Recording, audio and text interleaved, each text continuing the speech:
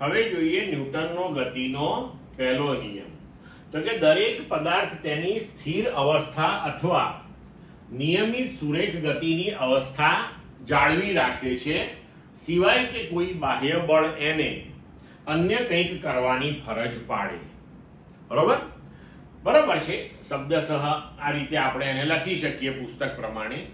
પણ તમે જો આને સમજો તો તરત જ ખબર પડે કે ન્યૂટનનો ગતિનો પહેલો નિયમ જે છે એ જડત્વનો નિયમ જ છે. એ જડત્વનો નિયમ જ છે.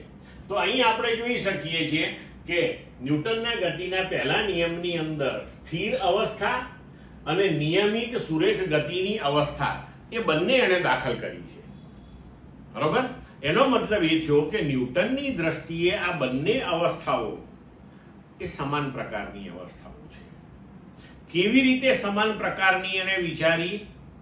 તો કે સ્થિર પદાર્થ હોય તો વેગ શૂન્ય હોય, વેગ શૂન્ય હોય તો પ્રવેગ પણ શૂન્ય હોય. હવે જો નિયમિત સુરેખ ગતિ હોય તો વેગ અચળ હોય, વેગ અચળ હોય તો વેગનો ફેરફાર શૂન્ય હોય. હવે વેગનો ફેરફાર શૂન્ય હોય તો પ્રવેગ પણ શૂન્ય હોય. એટલે સ્થિર અવસ્થા વિચારો અથવા તો નિયમિત સુરેખા ગતિની અવસ્થા તમે વિચારો તો આ બંને અવસ્થાઓ સમાન છે, કારણ કે બંને અવસ્થાઓમાં પ્રવેગ શૂન્ય હોય છે. બરોબર.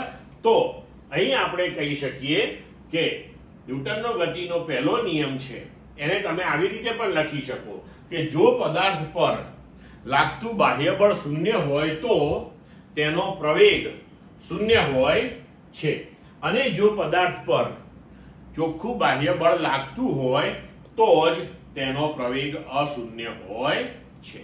તો આના ઉપરથી તમે બળની વ્યાખ્યા પણ આપી શકો કે બળ એ એક એવી ભૌતિક રાશિ છે કે જે પદાર્થમાં પ્રવેગ કે પ્રતિપ્રવેગ ઉત્પન્ન કરે છે.